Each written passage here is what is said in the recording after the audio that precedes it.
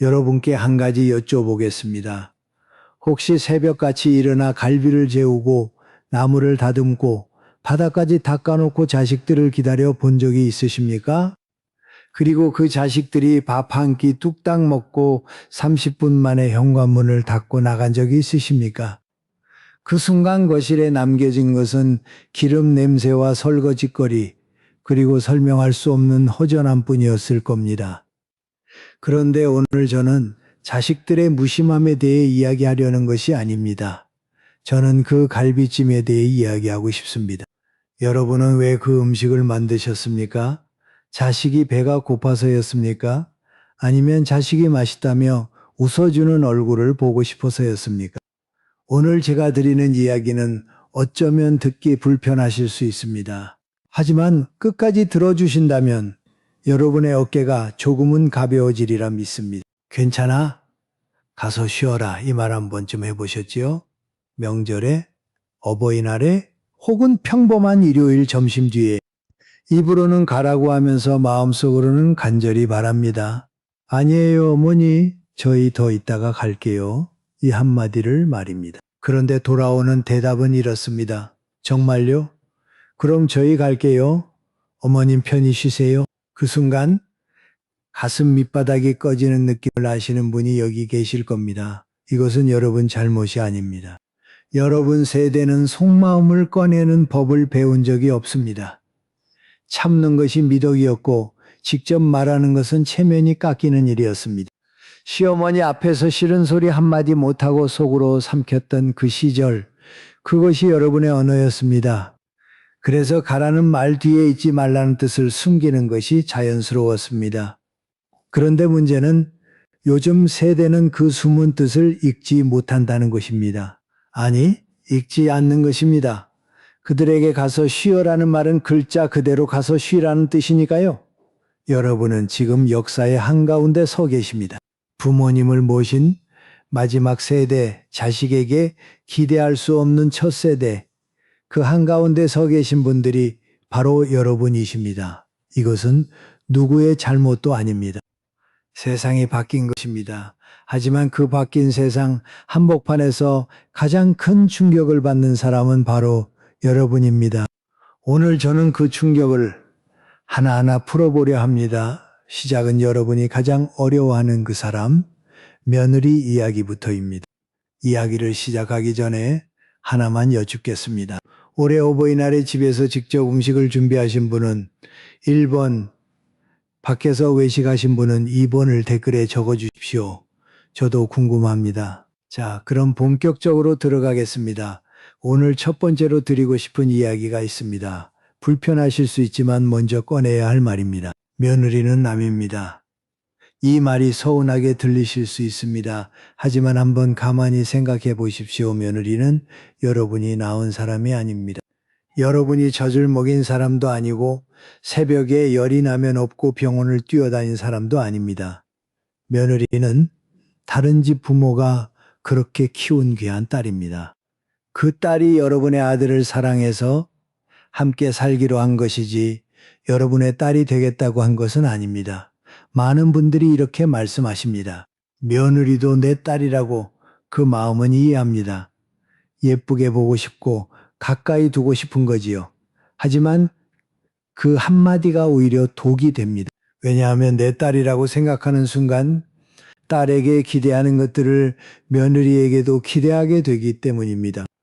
명절에 종일 옆에 있어 주기를, 전화하면 반갑게 받아주기를, 어머니 보고 싶었어요. 한마디 해주기를 바라게 됩니다. 그런데 며느리가 그렇게 하지 않으면 어떻게 됩니까? 배신감이 듭니다. 내가 이렇게까지 해줬는데 하는 서운함이 밀려옵니다. 여기서 한 가지 비유를 들어보겠습니다. 옆집에 참 좋은 이웃이 있다고 생각해 보십시오. 김장 때 김치도 나눠주고 택배도 대신 받아주고 명절이면 송편도 한 접시 갖다 주는 좋은 사람입니다. 여러분은 그 이웃이 고맙습니다. 하지만 그 이웃에게 명절마다 우리 집에 와서 같이 밥 먹으라고 하지는 않습니다. 매일 안부 전화를 하라고 기대하지도 않습니다. 왜냐하면 이웃은 이웃이지 가족이 아니니까요. 며느리도 마찬가지입니다. 며느리는 좋은 이웃과 같습니다. 잘해주면 고맙고 못해줘도 원망할 일이 아닙니다. 그런데 우리는 이 좋은 이웃에게 내 딸이 되어라고 요구합니다. 그 순간부터 관계가 무너지기 시작합니다. 그러면 어떻게 생각하는 것이 맞겠습니까? 이렇게 바꿔보십시오. 며느리는 내 딸이 아니라 내 아들이 세상에서 가장 사랑하는 사람이다. 이 한 문장이면 충분합니다. 내 아들이 선택한 사람이니까 존중한다. 잘해주면 고맙다. 하지만 내 딸처럼 굴지 않아도 서운하지 않다. 이렇게 마음을 놓는 순간 오히려 관계가 편해집니다. 기대가 없으니 실망도 없고 실망이 없으니 서운함도 사라집니다. 관계가 아름다운 것은 가까워서가 아닙니다. 적당한 거리를 지킬 줄 알기 때문입니다. 꽃도 너무 가까이 심으면 뿌리가 엉켜서 둘 다 죽습니다. 적당히 떨어져야 각자 뿌리를 내리고 각자 꽃을 피울 수 있습니다. 며느리와의 관계도 그렇습니다. 한 발짝 물러서는 것이 포기가 아닙니다. 그것이 진짜 어른의 품격입니다. 이제 두 번째 이야기로 넘어가겠습니다. 이 이야기는 오늘 제가 가장 오래 들려드리고 싶은 부분입니다. 여러분, 서운하다는 말 얼마나 자주 쓰십니까? 자식이 전화를 안 하면 서운하고, 며느리가 명절에 일찍 가면 서운하고, 손주가 할머니보다 외할머니를 더 좋아하면 서운합니다. 서운하다는 감정이 하루에도 몇 번씩 찾아오는 분이 계실 겁니다. 그런데 오늘 저는 이 서운하다는 감정의 정체를 한번 들여다보고 싶습니다. 서운함이란 무엇입니까? 쉽게 말하면 이런 것입니다. 내가 이 정도는 해주겠지 하고 기대한 것과 실제로 상대가 해준 것 사이에 틈이 생길 때 그 틈 사이로 스며드는 차가운 바람, 그것이 서운함입니다.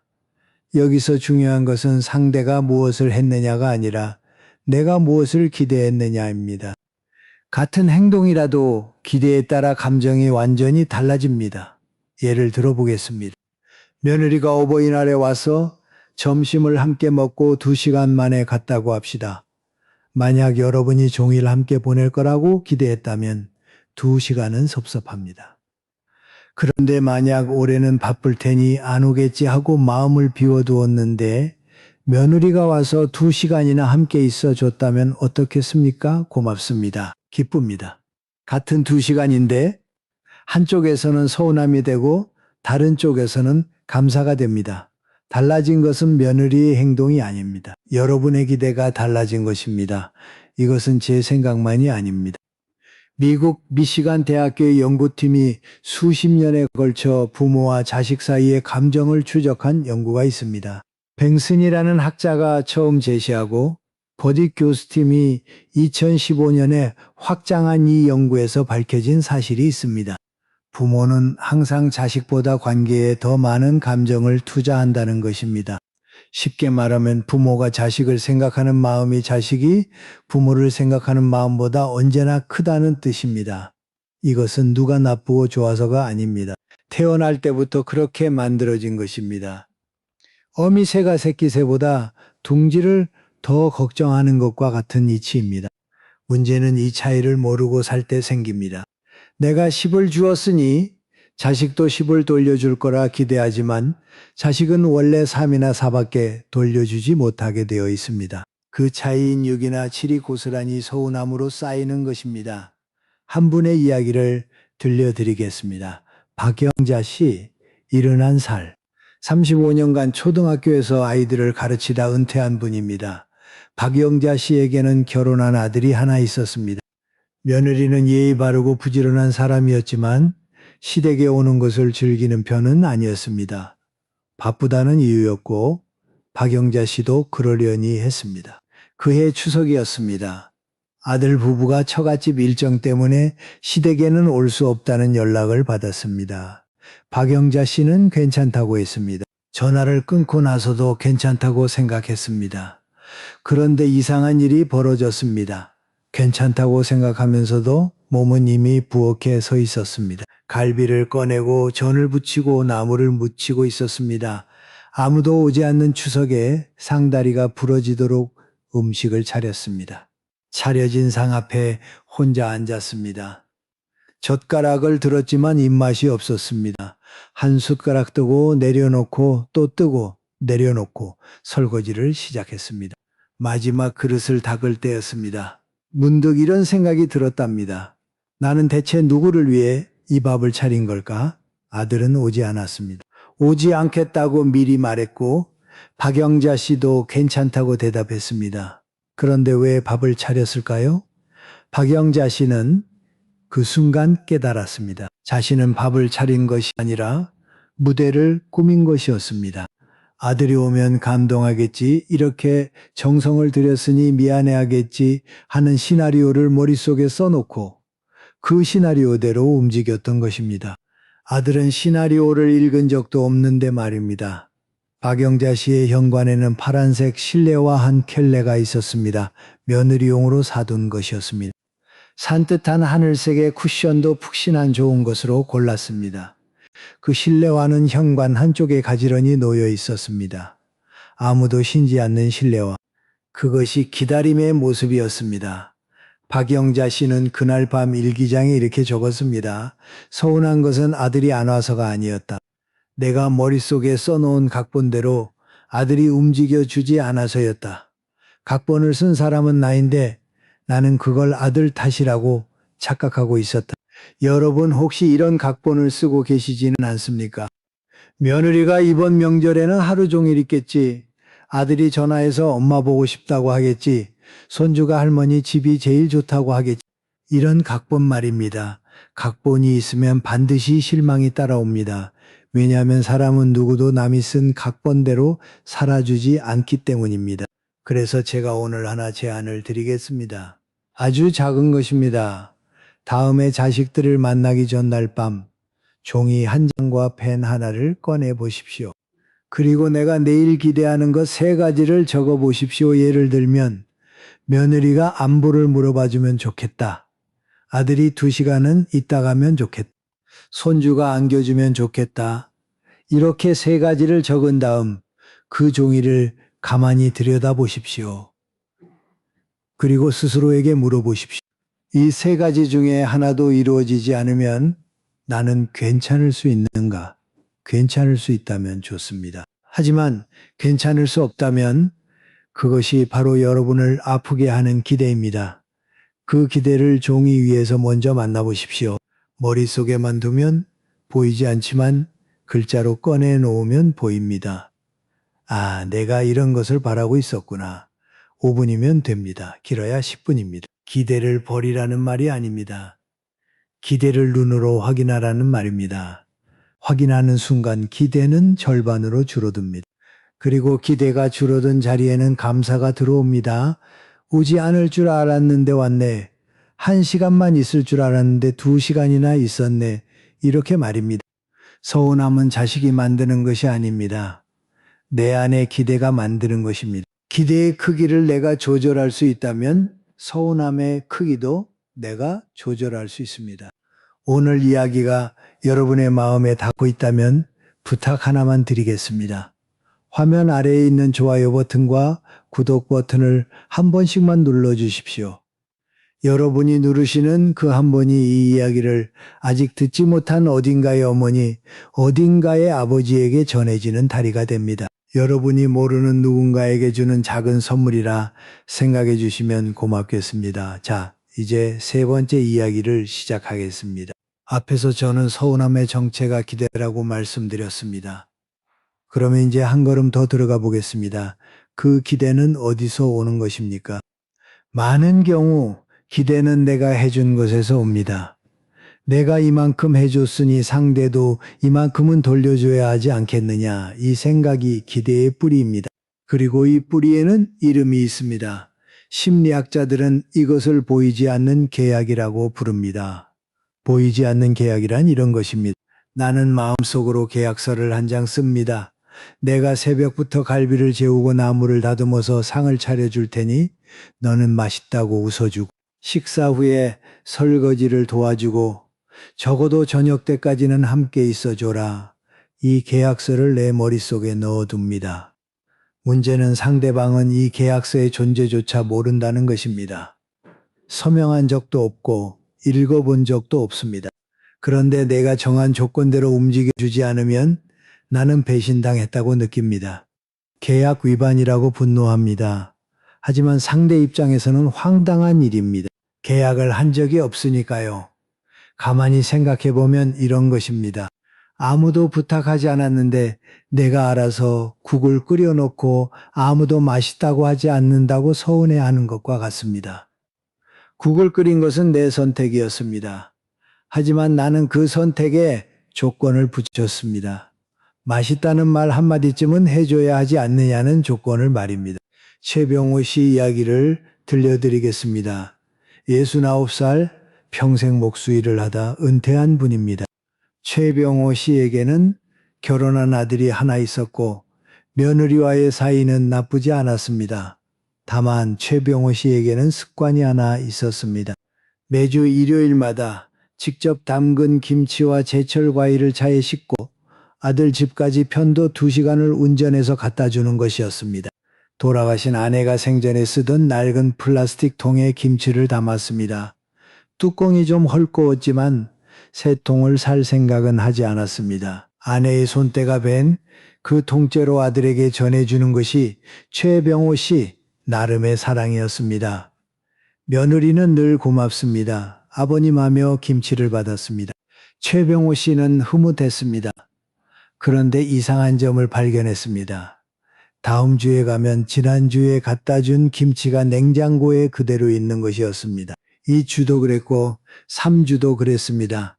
김치통 뚜껑을 열어보면 젓가락 하나 대지 않은 모습 그대로였습니다. 최병호 씨의 얼굴이 굳었습니다. 2시간 운전해서 정성껏 갖다 주는 김치를 입에도 대지 않다니 이것이 사람한테 할 짓이냐.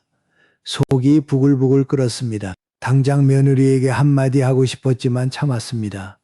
대신 아들에게 전화해서 애둘러 물었습니다. 김치 맛이 좀 맞지 않던가 하고 말입니다. 그때 옆에서 6살짜리 손녀의 목소리가 들려왔습니다. 할아버지, 엄마는 김치 못 먹어요. 마늘 먹으면 온몸에 두드러기가 나거든요. 최병호 씨는 전화기를 든 채 한동안 말을 잇지 못했습니다.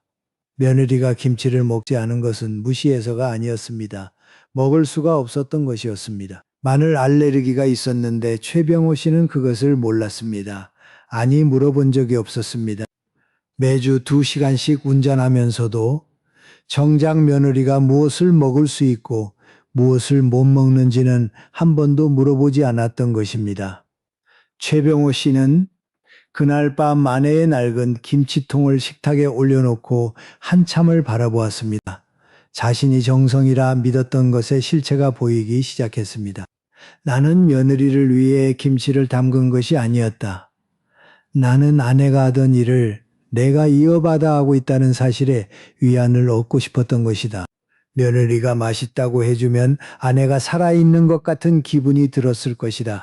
그것은 며느리를 향한 사랑이 아니라 내 외로움을 달래려는 행동이었다. 사랑한다고 말하면서 정작 상대가 무엇을 원하는지는 묻지 않았습니다. 우리가 준 것은 사랑이었을까요? 아니면 내 마음의 짐을 덜기 위한 행동이었을까요? 여러분, 혹시 이런 경험이 있으십니까? 내가 이렇게 해줬으니 너도 이렇게 해줘야지 이 말이 입안에서 맴돌았던 적 말입니다. 그렇다면 한번 뒤집어 생각해 보십시오. 내가 해주고 싶어서 한 거니까 돌려받지 못해도 괜찮다. 이 한 문장을 소리 내어 읽어보십시오. 처음에는 억울할 겁니다. 하지만 10번쯤 읽으면 조금씩 마음이 풀리기 시작합니다. 왜냐하면 돌려받지 않아도 괜찮다는 말은 내가 한 일의 가치를 상대의 반응에서 분리시키는 말이기 때문입니다. 내가 요리한 것은 내 정성이고 상대가 감사하든 안 하든 그 정성의 가치는 변하지 않습니다. 그리고 한 가지 아주 현실적인 제안을 드리겠습니다. 새벽부터 음식을 장만하지 마십시오. 이 말이 뜻밖이십니까? 어버이날이든 명절이든 밖에서 드십시오. 자식들과 마주 앉아 좋아하는 음식을 시키고 1시간 편하게 이야기를 나누는 것이 새벽부터 갈비를 재우고 전을 부치며 무릎을 혹사시킨 끝에 30분 만에 헤어지는 것보다 100배는 낫습니다. 몸이 고달프면 마음도 조급해집니다. 마음이 조급하면 기대가 커집니다. 기대가 커지면 서운함이 찾아옵니다. 음식 준비를 줄이는 것만으로도 서운함의 고리를 끊을 수 있습니다. 간단하지요? 간단한 것이 가장 강합니다. 자, 이제 네 번째 이야기로 넘어가겠습니다. 이 부분은 듣기에 따라서는 조금 불편하실 수 있습니다. 여기서 잠시 한 가지 먼저 말씀드리겠습니다. 저는 지금부터 자식 편을 들려는 것이 아닙니다. 며느리 편을 들려는 것도 아닙니다. 다만 여러분이 평소에 보지 못했던 한쪽 면을 보여드리고 싶을 뿐입니다. 양쪽을 모두 볼 줄 아는 사람이 관계에서 가장 강한 사람입니다. 며느리도 지쳐 있습니다. 이 말이 와닿지 않으실 수 있습니다. 내가 더 힘들었는데 나는 시어머니한테 그래도 끝까지 했는데 요즘 젊은 것들은 뭐가 그리 힘들다는 거냐 이런 생각이 드실 겁니다. 그 마음 충분히 압니다. 하지만 한번 상상해 보십시오. 한 사람이 의자 위에 앉아 있습니다. 그 의자 이름은 직장입니다. 매일 아침 8시에 출근해서 저녁 7시에 퇴근합니다. 상사 눈치를 보고 마감에 쫓기고 실적 압박을 받습니다. 퇴근하면 또 다른 의자가 기다립니다. 그 의자 이름은 엄마입니다. 아이를 씻기고 밥을 먹이고 숙제를 봐주고 재워야 합니다. 아이가 잠들면 또 한 의자가 남아 있습니다. 그것은 아내라는 의자입니다. 남편과의 관계도 챙겨야 합니다. 주말이 오면 또 하나의 의자가 나타납니다. 딸이라는 의자입니다. 친정 어머니도 보고 싶고 친정 아버지 병원도 함께 가야 합니다. 그 위에 시댁이라는 의자를 하나 더 놓으면 어떻게 되겠습니까? 앉을 자리가 없습니다. 앉으려 해도 몸이 버티질 못합니다. 한번 생각해 보십시오. 여러분의 며느리는 지금 몇 개의 의자에 앉아 있습니까? 그리고 여러분은 그 아이에게 몇 번째 의자를 내밀고 계십니까? 김수진 씨 이야기를 잠깐 들려드리겠습니다. 38살 회사원이면서 5살 아들을 키우고 있는 며느리입니다. 수진 씨의 시어머니는 나쁜 분이 아니었습니다. 오히려 살뜰하고 정이 많은 분이었습니다. 그런데 수진 씨는 매주 일요일 시댁에 가는 차 안에서 10분 동안 울었습니다. 시어머니가 무섭거나 싫어서가 아니었습니다. 시어머니가 물어보는 말들 때문이었습니다. 요즘 왜 이렇게 말랐니? 밥은 제대로 먹고 다니니? 이 말은 걱정입니다. 하지만 수진 씨 귀에는 내가 건강관리를 못하고 있구나로 들렸습니다. 둘째는 생각 없어? 앞집 혜진이네는 벌써 둘째 낳았던데 이 말도 관심입니다. 하지만 수진 씨 귀에는 넌 아직 부족하다로 들렸습니다. 시어머니는 사랑으로 물었고 며느리는 시험지로 받았습니다. 같은 말이 입에서 나와 귀에 도달하는 사이에 의미가 완전히 뒤바뀌어 버린 것입니다. 수진 씨의 핸드백에는 항상 박하사탕이 들어 있었습니다. 시어머니 집 현관문을 열기 전에 하나를 입에 넣었습니다. 차가운 박하향이 목구멍을 타고 내려가면 가슴께에 뭉쳐있던 답답함이 잠시 가라앉았습니다. 그 사탕 하나가 수진 씨에게는 시댁 현관문을 열 수 있는 용기였습니다. 그런데 여러분, 한 가지 더 생각해 주셔야 할 것이 있습니다. 수진 씨에게는 친정어머니도 계셨습니다. 친정어머니는 무릎 관절이 좋지 않아 병원을 자주 다녔고 수진 씨는 격주로 친정에 가서 어머니 병원 일정을 챙겼습니다. 일요일은 시댁 아니면 친정이었습니다. 자기만의 일요일은 없었습니다. 2000년 전 로마 황제 마르쿠스 아우렐리우스는 이런 말을 남겼습니다. 우리가 고통받는 이유는 상대가 잘못했기 때문이 아니라 상대가 내 방식대로 행동해야 한다고 믿기 때문이다. 2000년 전 로마 궁전에서 한 말이 지금 대한민국의 어느 부엌에서도 똑같이 통한다는 것이 신기하면서도 씁쓸합니다. 며느리가 시댁에 와서 웃는 얼굴을 보여주지 않는 것은 여러분이 미워서가 아닙니다. 웃을 기운이 없는 것입니다. 며느리가 안부를 짧게 대답하는 것은 무리해서가 아닙니다. 머릿속에 내일 회의 자료와 아이 학원 스케줄이 빼곡히 차 있기 때문입니다. 이것을 이해하라는 뜻이 아닙니다. 다만 알아두시라는 뜻입니다. 알면 덜 아픕니다. 자, 이제 오늘의 마지막 이야기입니다. 여기까지 함께 와주신 여러분께 진심으로 감사드립니다. 앞에서 저는 무거운 이야기를 많이 꺼냈습니다. 며느리는 남이라는 말, 서운함의 정체, 보이지 않는 계약, 며느리도 지쳐있다는 이야기 듣기 쉽지 않으셨을 겁니다. 하지만 마지막 이야기는 조금 다릅니다. 오늘 제가 가장 따뜻한 이야기를 여기에 남겨두었습니다. 놓아야 돌아옵니다. 이 말이 모순처럼 들리실 겁니다. 놓으면 떠나는 것이지 어떻게 놓았는데 돌아옵니까? 하지만 생각해 보십시오. 모래를 손에 쥐어 보신 적 있으십니까? 힘을 주어 꽉 쥐면 손가락 사이로 모래가 빠져나갑니다. 그런데 손바닥을 가만히 펴면 모래가 움직이지 않습니다. 그냥 거기 머물러 있습니다. 자식도 마찬가지입니다. 붙잡으면 도망갑니다. 전화를 자주 하면 부담이 되고 방문을 요구하면 핑계를 만들고 왜 안 오느냐고 따지면 아예 연락을 끊어버립니다. 그런데 가만히 놓아두면 어느 날 문득 전화가 옵니다. 엄마 뭐해? 아무 이유 없이 거는 그 전화 한 통이 온갖 정성을 쏟아 만든 갈비찜보다 따뜻합니다. 왜냐하면 그것은 의무가 아니라 마음에서 나온 것이기 때문입니다. 이옥순 씨 이야기를 해드리겠습니다. 73 남편과 단둘이 사는 분입니다. 이옥순 씨의 아들은 35에 결혼을 했습니다. 결혼 당시 이옥순 씨는 주변 친구들에게 이런 소리를 들었습니다. 이제 며느리 교육을 잘 시켜야 한다. 처음이 중요하다. 명절에는 반드시 시댁 먼저 오게 해라. 전화는 일주일에 한 번 이상 하게 해라. 친구들의 충고는 한결같았습니다. 잡아라, 가르쳐라, 길을 들여라. 이옥순 씨는 그 충고를 모두 흘려보냈습니다. 대신 며느리에게 이렇게 말했습니다. 어머니라는 호칭이 아직 불편하면 억지로 부르지 않아도 된다. 사모님이라고 불러도 되고 그냥 이름을 불러도 괜찮다. 시간이 지나면 자연스럽게 편한 호칭이 생길 거다. 며느리는 눈이 조금 커졌습니다. 그런 말을 시어머니한테 듣게 될 줄은 몰랐다는 표정이었습니다. 이옥순 씨는 거기서 멈추지 않았습니다. 아들에게도 따로 말했습니다. 내 아내한테 엄마에게 전화하라고 시키지 마라. 그 아이가 마음이 동하면 스스로 연락할 거다.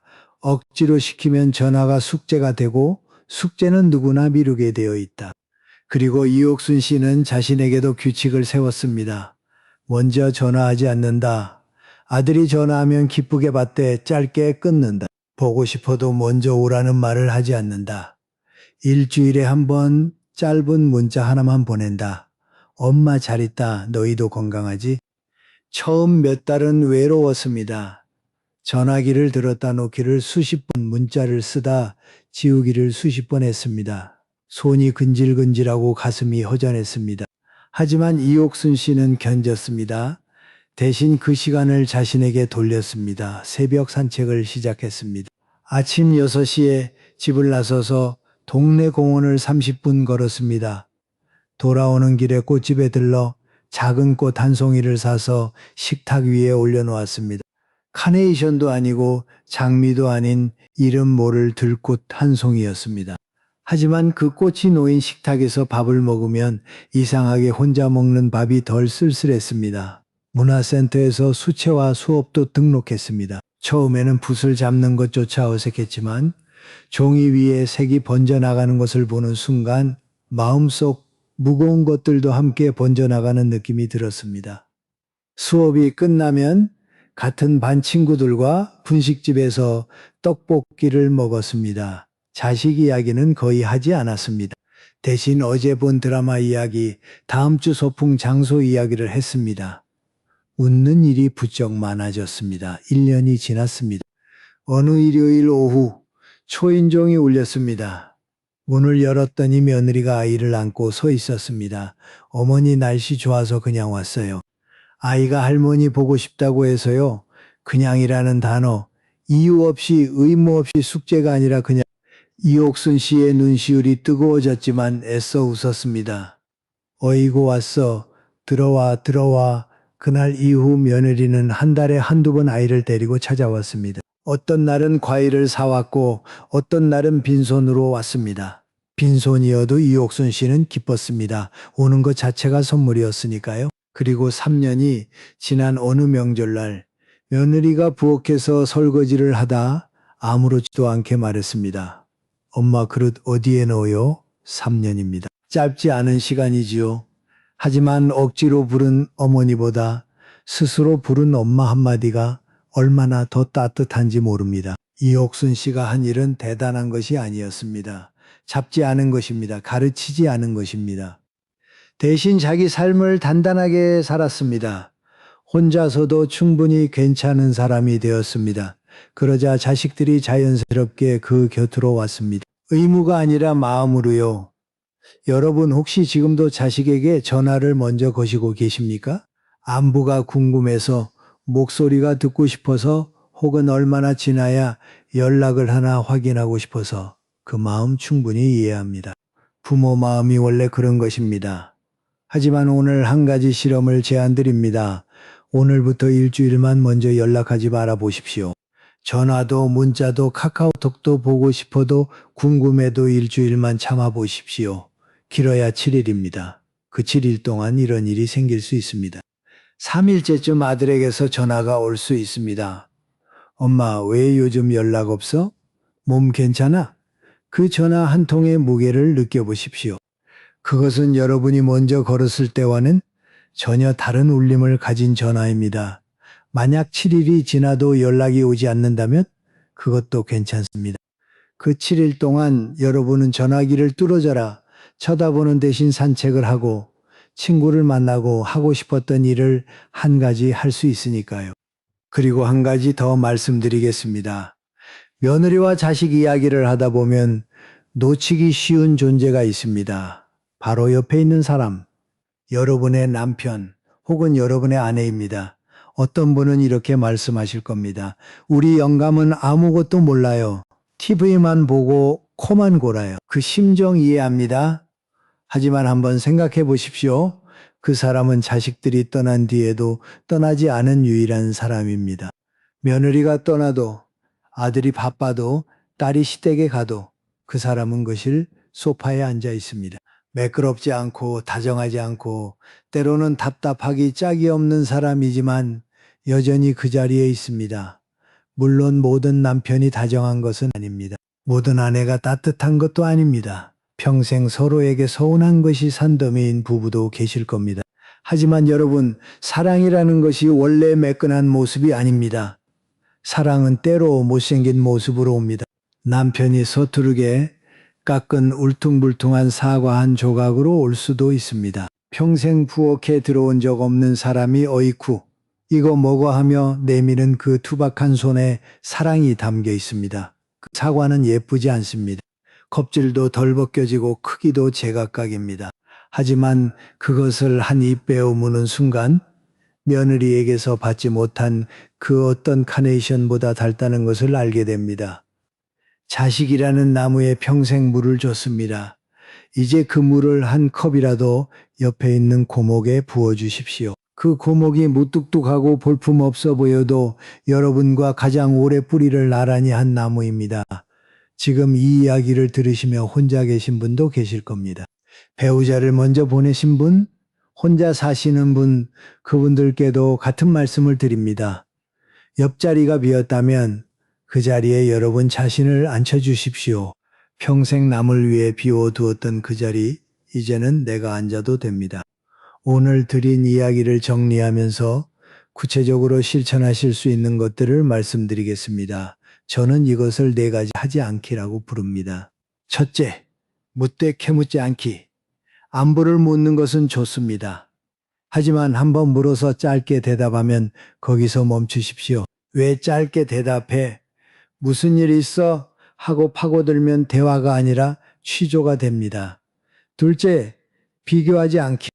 옆집 며느리는 매주 온다면서 우리 때는 안 그랬는데 이 말이 입에서 나오려 하면 삼킨다고 생각하십시오. 굴꺽 삼키십시오. 비교는 관계의 독약입니다. 셋째, 은혜를 말하지 않기. 내가 너를 어떻게 키웠는데, 내가 얼마나 고생했는데, 이 말은 사랑의 청구서입니다. 앞에서 말씀드렸지요. 사랑에는 청구서를 붙이지 않는 겁니다. 넷째, 먼저 연락하지 않기. 전화는 오는 것만 받으십시오. 보고 싶어도 참으십시오.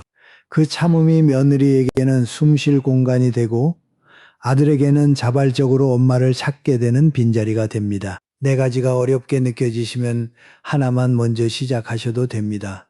한 달만 해보십시오. 작은 변화가 생길 겁니다. 그리고 매일 나를 위한 일세 가지를 해보십시오. 거창한 것이 아닙니다. 동네를 15분 걸으십시오. 15분이 힘드시면 10분도 좋습니다. 오래된 친구에게 전화를 한 통 거십시오. 자식 이야기 말고 어제 본 드라마 이야기, 다음 주 날씨 이야기를 하십시오. 그리고 오래전에 좋아했지만 언제부턴가 하지 않게 된 일을 하나 다시 시작해 보십시오. 노래든 그림이든 뜨개질이든 글쓰기든 작은 것이면 됩니다. 그 작은 것 하나가 자식을 기다리느라 텅 비어있던 하루를 채워줄 겁니다. 자, 이제 오늘 이야기를 마무리할 시간입니다. 길고 무거운 이야기였습니다. 여기까지 함께 해주신 여러분의 귀한 시간에 깊이 감사드립니다. 오늘 제가 드린 이야기를 하나씩 되짚어 보겠습니다. 첫 번째, 며느리는 남입니다. 남이라서 나쁜 것이 아니라 남이라는 것을 받아들이는 순간 관계가 편해집니다. 내 딸이 아니라 내 아들이 가장 사랑하는 사람, 그렇게 바라보면 기대도 실망도 서운함도 절반으로 줄어듭니다. 두 번째, 서운함은 자식이 만드는 것이 아닙니다. 내 안의 기대가 만드는 것입니다. 기대의 크기를 내가 줄일 수 있다면 서운함의 크기도 내가 줄일 수 있습니다. 종이 한 장의 기대를 꺼내 놓으십시오. 눈으로 보면 절반은 이미 녹아 있을 겁니다. 세 번째, 사랑의 청구서를 붙이지 마십시오. 내가 해주고 싶어서 한 것이면 돌려받지 못해도 그것으로 충분합니다. 새벽부터 음식을 장만하는 대신 밖에서 함께 밥을 드십시오. 몸이 편해야 마음도 편합니다. 네 번째, 며느리도 지쳐 있습니다. 그 아이의 의자가 몇 개인지 한번 세어보십시오. 미워서 못 오는 것이 아니라 앉을 자리가 없어서 못 오는 것입니다. 그것을 알면 덜 아픕니다. 다섯 번째, 놓아야 돌아옵니다. 손을 펴면 모래가 머물듯 잡지 않으면 자식은 스스로 찾아옵니다. 그리고 그 빈손으로 옆에 있는 사람의 손을 잡아주십시오. 못생긴 사과 한 조각을 건네는 그 사람이 여러분 인생의 끝까지 남는 사람입니다. 오늘 이 다섯 가지를 한마디로 줄이면 이것입니다. 자식은 내가 키운 가장 귀한 손님입니다. 손님에게는 정성을 다하되 떠날 때는 웃으며 보내주는 것이 진짜 사랑입니다. 옛 연인이 이런 말을 했습니다. 쥐면 쥘수록 흩어지고 놓으면 놓을수록 모인다. 손 안의 모래처럼 사람의 마음도 그러합니다. 이 말을 오늘 밤 잠자리에서 한 번만 떠올려 주십시오. 여러분, 오늘 이야기를 들으시면서 무엇이 떠오르셨습니까? 혹시 나도 비슷한 경험이 있다 하시는 분이 계시면 댓글에 적어 주십시오. 며느리와의 사이에서 서운했던 일이든 반대로 며느리 덕분에 따뜻했던 순간이든 무엇이든 좋습니다. 한 줄이면 됩니다. 혹시 아직 마음을 놓지 못하고 계신 분도 계실 겁니다. 놓아야 한다는 것을 머리로는 아는데 가슴이 따라오지 않는 분. 그런 분이 계시다면 더더욱 적어 주십시오. 놓지 못하는 마음도 부끄러운 것이 아닙니다. 그것이 부모의 마음이니까요. 여기는 아무도 여러분을 판단하지 않는 것입니다. 같은 시대를 살아온 사람들끼리 마음을 나누는 자리입니다. 여러분의 한마디가 화면 너머 다른 어머니, 다른 아버지에게 큰 위로가 됩니다. 그리고 오늘 이야기가 마음에 남으셨다면 주위에 비슷한 고민을 하고 계신 친구분에게 이 영상을 보내주십시오. 카카오톡으로 링크 하나만 보내시면 됩니다. 그 작은 행동이 누군가의 무거운 어깨를 가볍게 해줄 수 있습니다. 마지막으로 여러분께 이 말씀을 드리고 싶습니다. 여러분은 참 오래 달려오셨습니다. 자식을 위해, 가정을 위해, 남편을 위해, 시부모를 위해. 여러분의 이름 석자보다 누구의 엄마, 누구의 아내, 누구의 며느리라는 이름이 항상 앞에 붙어 다녔습니다. 그 이름들 뒤에 숨어 있던 여러분 자신이 이제는 앞으로 나올 차례입니다. 내일 아침에 일어나시면 한 가지만 해 주십시오. 거울 앞에 서서 자신의 얼굴을 한번 가만히 들여다보십시오. 주름이 보이고 흰 머리카락이 보이고 처진 눈꺼풀이 보일 겁니다.